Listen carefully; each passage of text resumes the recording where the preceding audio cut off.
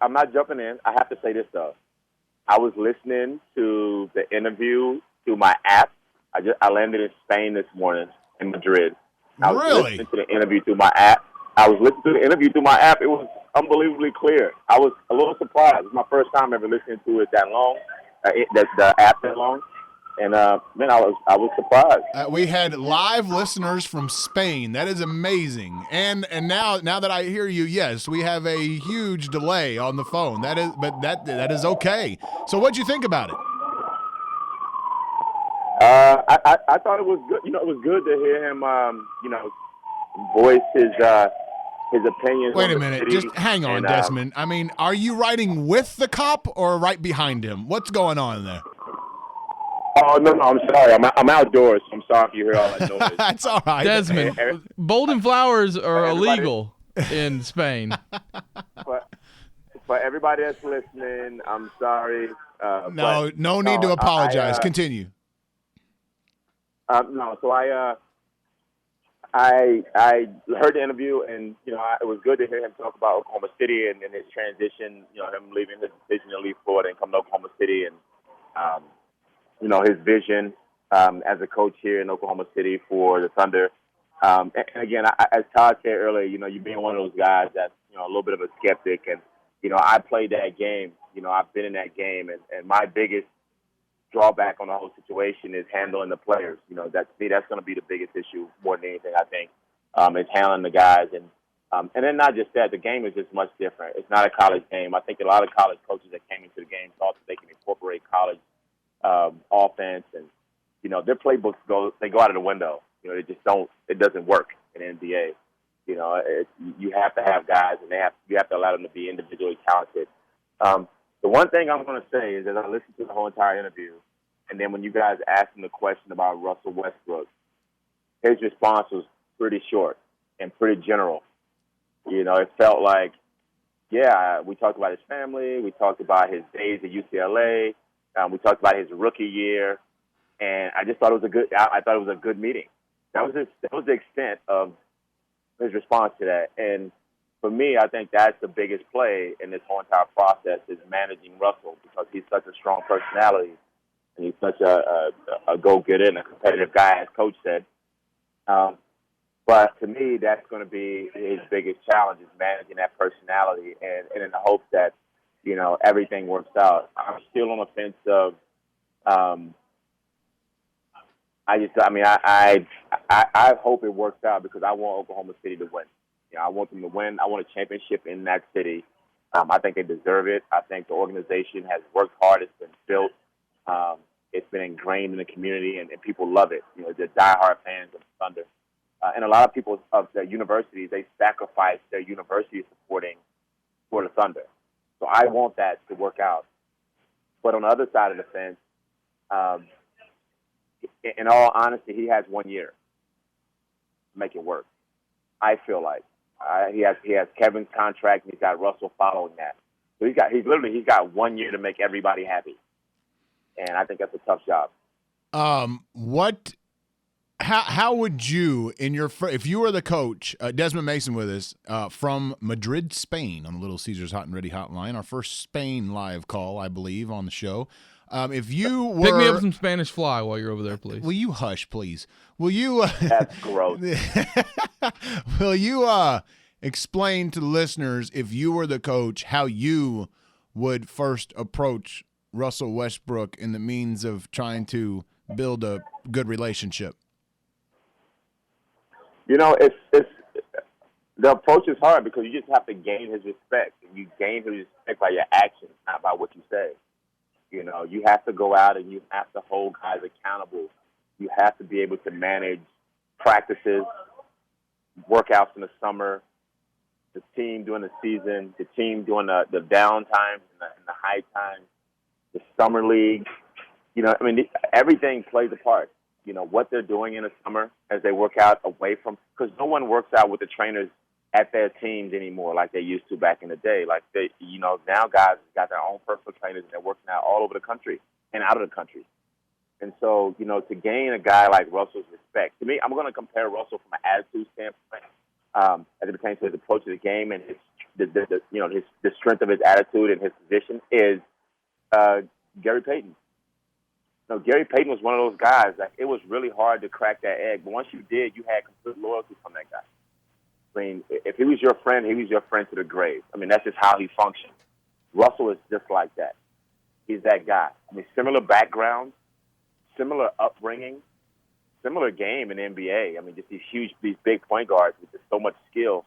I would compare those two. I mean, he's much more athletic than Gary ever was, but their games are very similar in the way their approach and success and kind of from high school to college and so forth.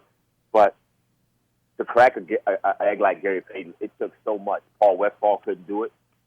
George Karl was able to do it a little bit, but it took a lot of teammates. Nate McMillan was able to do it because he was his teammate. Phil Jackson wasn't able to do it in L.A. They did it in Miami. And then out in Seattle again, out in Milwaukee that one year, they couldn't do it as well. And George Carlin, the previous coach, he couldn't do it a second time. So, that's Russell. And so it's going to take a lot. It's not lip service. I don't care how many sit-downs you have with him. He's an action guy. Des, we talk a lot about players hitting the rookie wall because you go from a 30-game season to an 82-game season. Do you think Coach Donovan might hit a bit of a wall coaching when it gets – to game 50, game 60. Do you see that happening for a guy that doesn't understand or hasn't experienced the NBA schedule before? Man, he's gonna hit a wall in game 2 because game 1 is gonna be so exciting, and he's gonna hit a wall. He's gonna be like, "Wow, okay, this is not what I thought it was gonna be like," and he's gonna have to make some adjustments. Whether they win or they lose, he's still gonna have to make some adjustments. Mid-season, he's gonna hit the same wall. Playoff run, he's going to hit the same wall. And as we see, when the playoff starts, the intensity goes up. He's going to hit a wall then. And as you advance, every single round, the intensity goes up more. As we see, the second round has been so much more entertaining than round 1. But we saw leading up to the playoff run how exciting it was, this race for spots and positions and so on and so forth. The game changes. So every single round it hits. And then you get to the Western Conference Finals and then the finals. I mean, it's a whole nother level. It is the best in the world playing and competing, and it's their craft, and they take it very seriously. And if you ain't on the boat, then you off the boat. So he's going to hit a wall multiple times throughout the course of this season. It ain't going to be from a game number situation. It's going to be all situations of the season because it changes throughout the course of the season. The intensity goes up and down. And so, it's going to be it'll be interesting to watch. But as I said, as I feel, and I'm not to say all, but as I feel that, it's a one-year deal in my mind, in my eyes. And I could be 100% wrong. There could be some backdoor agreements with Kevin, Sam, and all these guys. But I see it as being a one-year deal to prove because everybody's weighing this season on Kevin staying or going. Last one I got. How did you? It sounded like personal experience was speaking there when you were talking about hitting walls in your freshman year, your freshman/rookie year in the NBA. And I'm just curious if you can give me an example of you hitting one. I didn't. I mean, in all honesty, I don't feel like I hit a wall. I don't. I felt like I was prepared coming in as a freshman. As a rookie. I worked really hard that summer. I worked out for more teams than any player of my draft. I worked out for 16 of the 30 NBA teams at the time, maybe 29 at the time. So I worked out for 16 teams that summer. I think the next closest was like 12. I was traveling all summer long, working out and positioning myself. And then even once I got drafted, I went straight to Seattle the next day and started working out with the organization and Paul Westphal and all those guys and prepping myself for the upcoming season. So I felt like I was in great shape, mental shape. Coach Sutton, the run to the Elite Eight was great for me. And ironically, losing to Florida. Right. Elite Eight my senior year in college.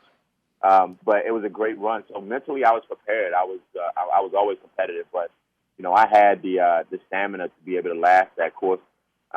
And then I didn't play a lot of games. I was a rookie. I played good. I started some of that season. But, I was a rookie, but I didn't exert myself. That second season, though, I played a ton, and I felt fine.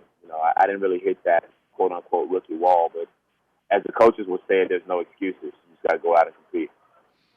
All right, buddy. Good talking to you. I just looked up 56 useful Spanish phrases for travelers. So enough. Hopefully you know that, buenos noches is good evening. Buenos dias is good morning. Buenas tardes, good afternoon. I told you I'm in Mexico quite often. I just gotta learn to say as opposed to rolling the R, I gotta put the TH in at That's right. Barcelona. Barcelona. But I'm gonna go ahead.